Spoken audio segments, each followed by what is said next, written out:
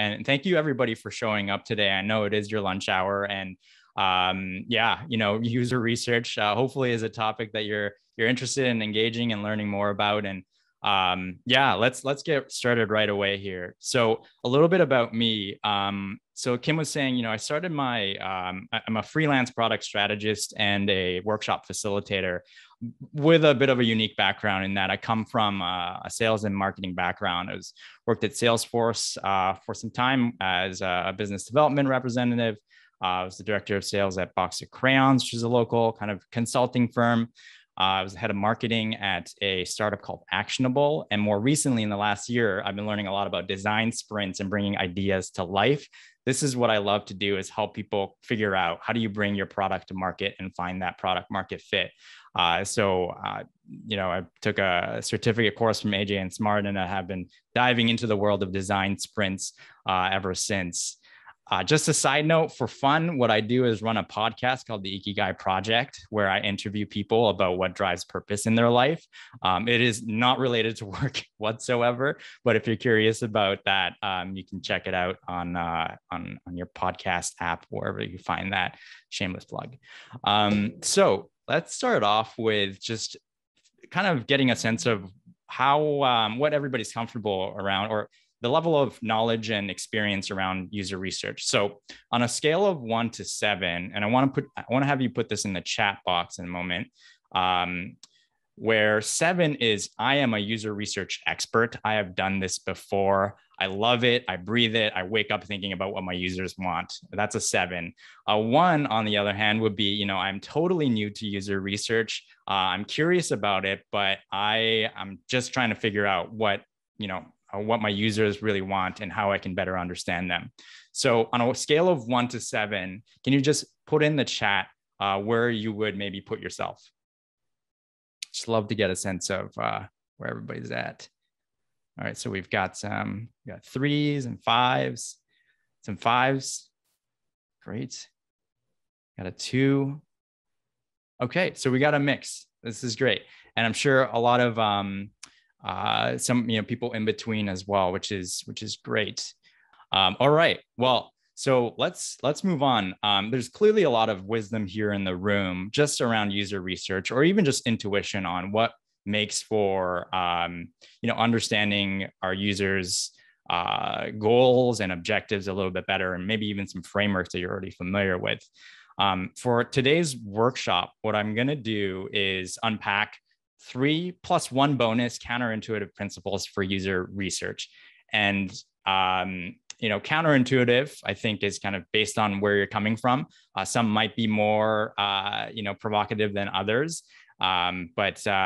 Yeah, I think it's hopefully it's a starting point for you to think about, where should we go in terms of designing a user research process that really gets to the core of our users' challenges. And I'll do this in basically a story mode. So this is something I haven't tried before, but I'm trying to work on my kind of storytelling skills. And I want to introduce you to 2 characters here, Jesse and April. So Jesse is a new product manager at a fictional app company called 8.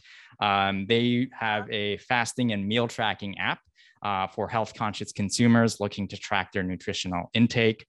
This is Jesse's first time in a PM role, and his company has been doing quite well. It's been growing year over year at 120%, but they've noticed that their monthly recurring revenue and their annual recurring revenue for their new subscription service has not been picking up. It's been stagnating. So what Jesse has been tasked to do is go ahead and speak to the users, conduct user research, and figure out what do our users need, and specifically, how can we help them in their journey to address their goals and become a subscriber. And then you'll meet another person here. Her name's April, and she is a seasoned entrepreneur. She is an advisor at a VC firm, and they happen to meet at a Toronto Design Sprint Network event, just like this, and have a conversation together. So I'll take you through that conversation, and what April will help do, hopefully for Jesse, is give him a little bit of direction on on how he can take his user research journey. So I'm going to pretend like I'm Jesse and April. So, so Jesse says, hey, April, great to meet you. I've seen you at Design Sprint Network events in the past, but it's finally great to meet you. April says, great to meet you too, Jesse. What do you do? And Jesse responds and explains what he's working on and the new company he started.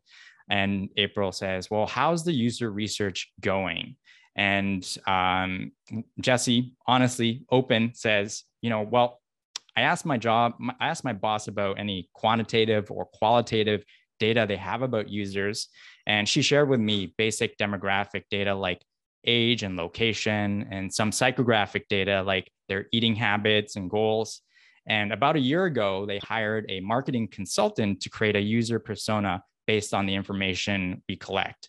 So April says, great, that sounds like a lot of good information there.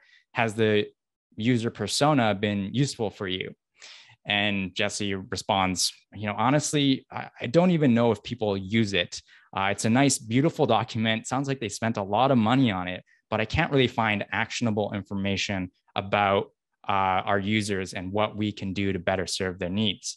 And then April responds, I see from my experience, user personas based on demographic or psychographic data is structured more to show correlations. And it's exciting to find patterns in numbers, but doesn't really mean one thing's cause another.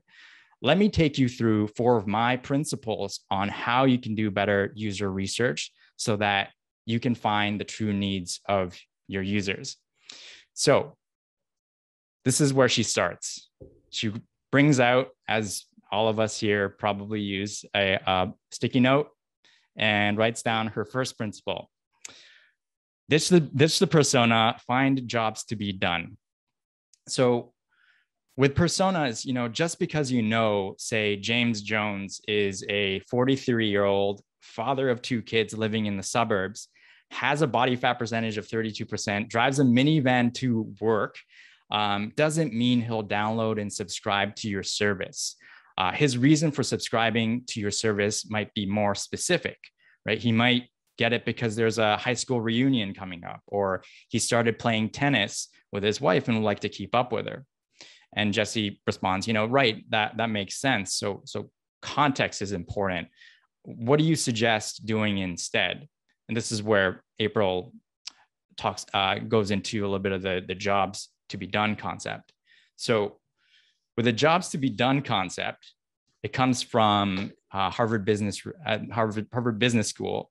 And the key idea is understanding every user, every customer has a different job to be done in their lives, whether that's something as little as, passing the time waiting in line or packing a healthful lunch for their daughter to take to school.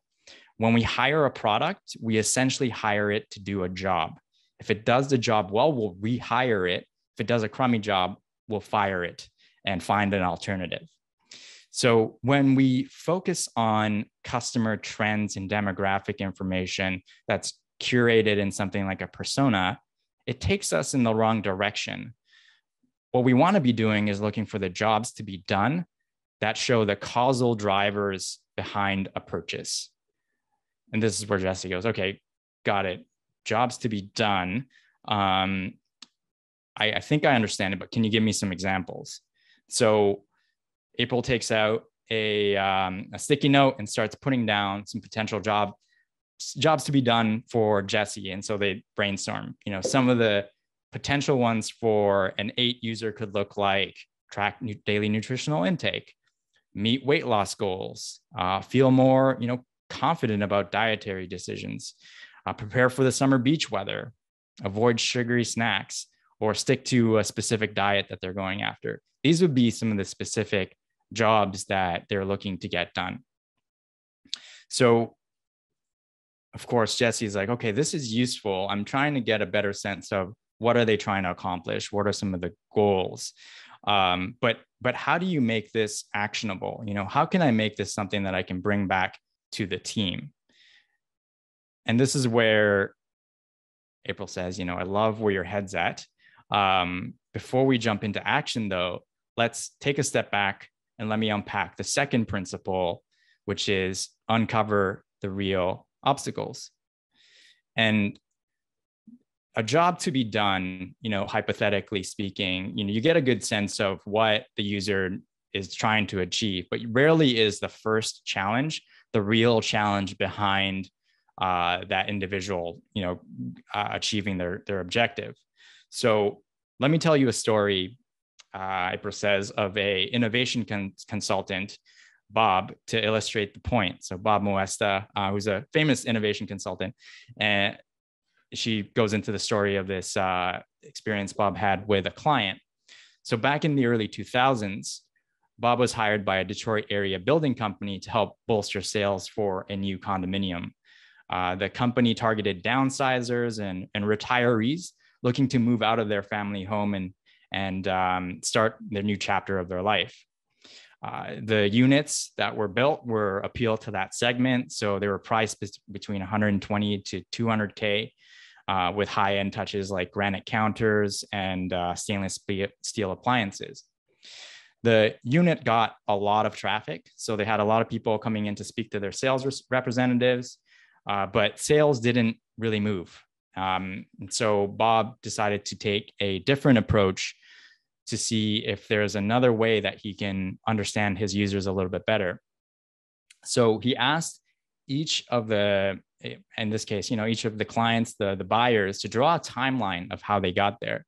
And the first thing he learned, after piecing together scores of interview and what the buyers were saying that they needed, which oftentimes they said, we need a second bedroom, we need nice patio outside.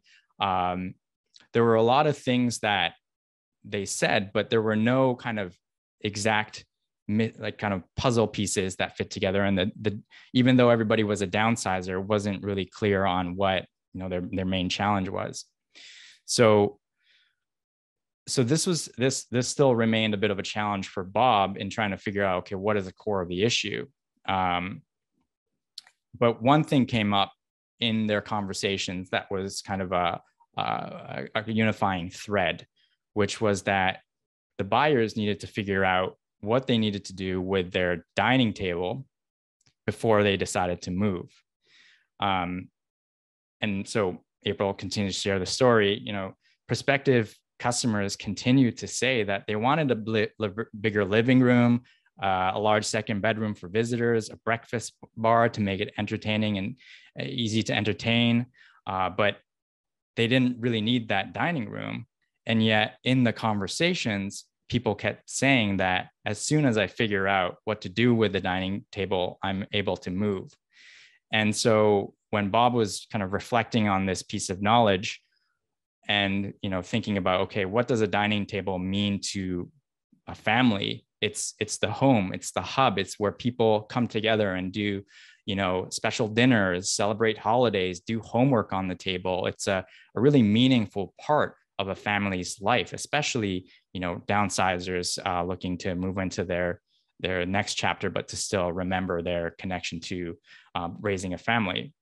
So what Bob and his team realized through these conversations, through these interviews, was they weren't in the business of new home construction, but rather in the business of moving lives. And so Jesse responds, that's interesting. So what did they do? What did that turn into? And what April says to that is, well, this was an aha moment when they realized what job they're actually doing for the customer.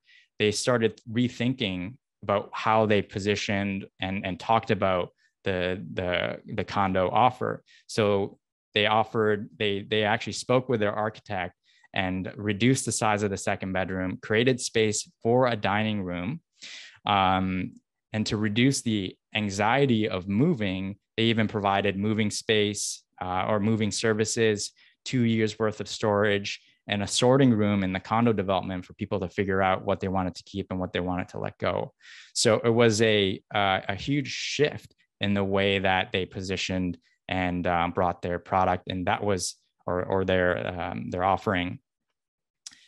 And this is a really important kind of insight, obviously, because what ended up happening is they outperformed the competition by 74% in a down housing market, because they were able to focus on the real jobs that the user needed to complete.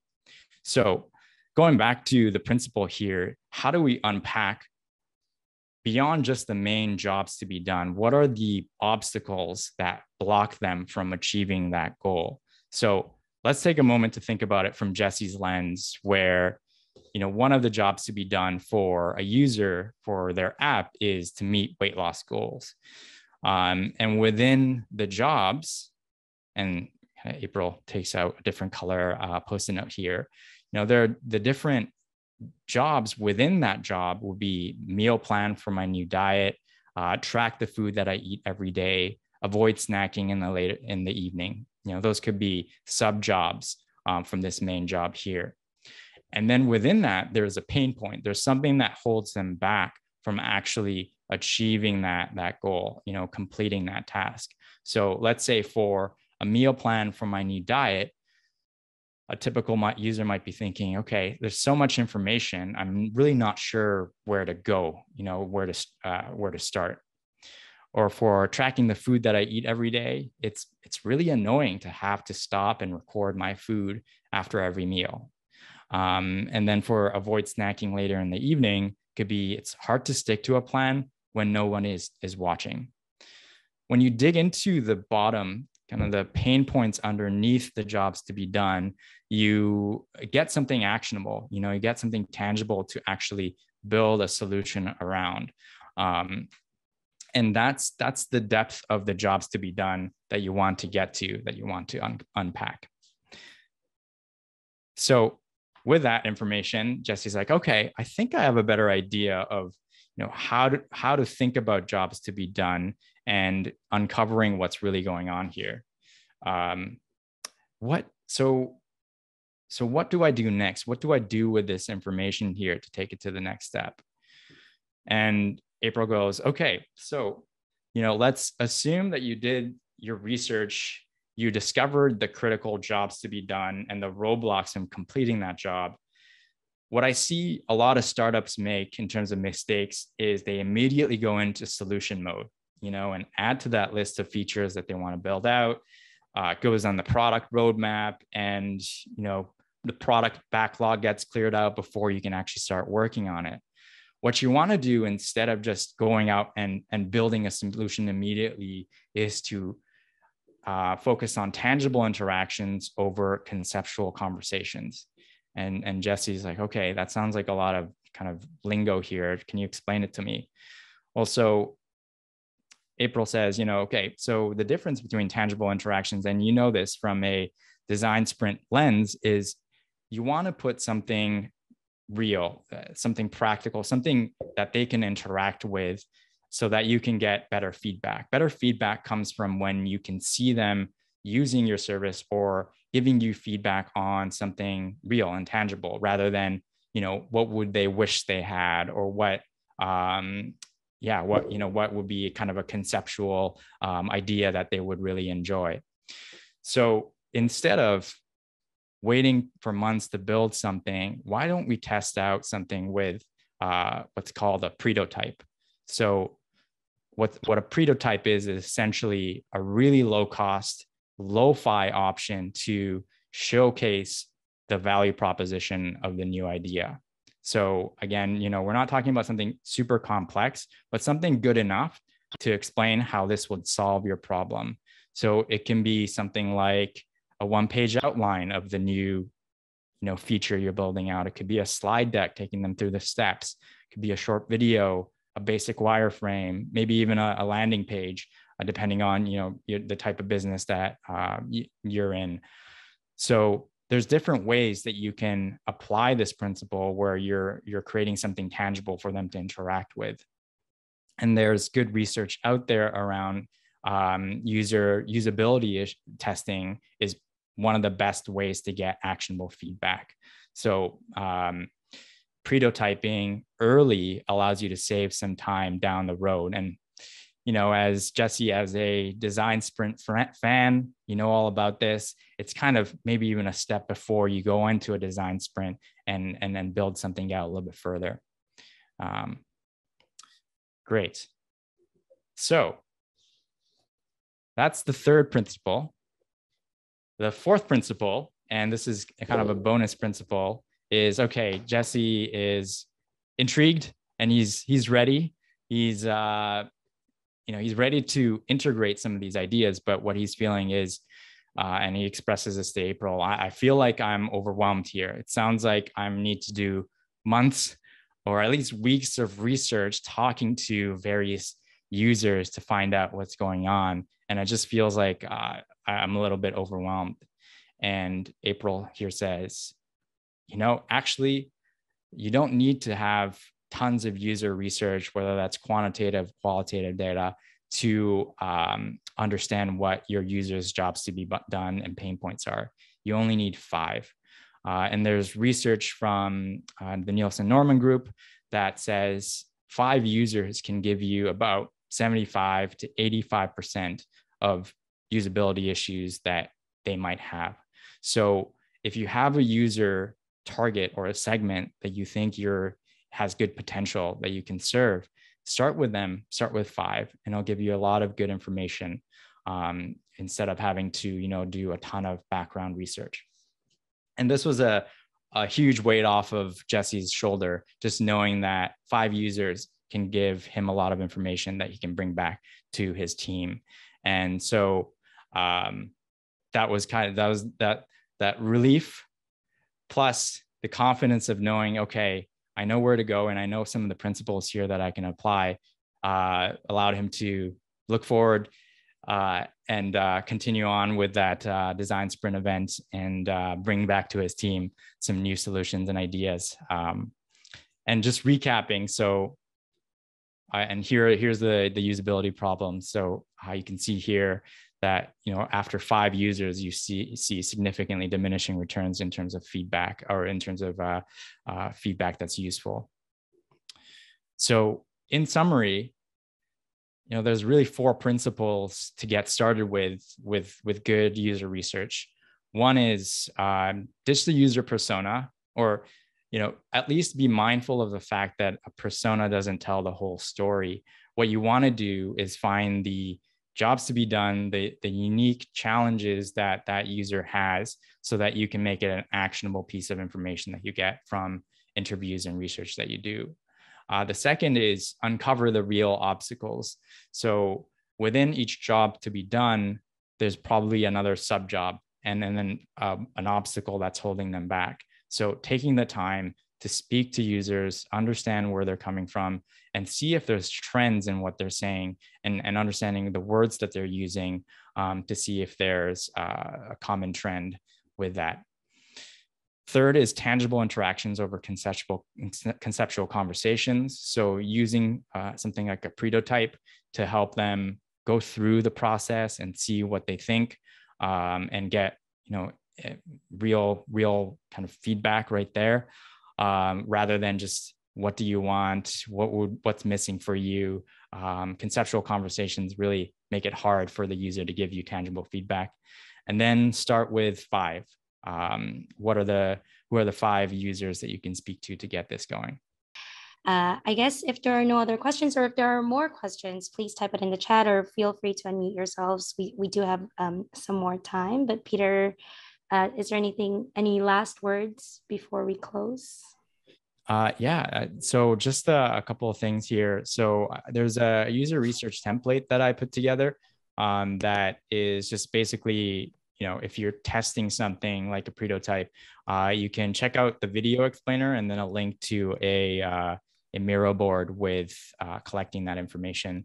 And I also write on LinkedIn every weekday. So if you'd like to connect there, love to stay in touch and talk user research or product strategy, whatever that looks like for you.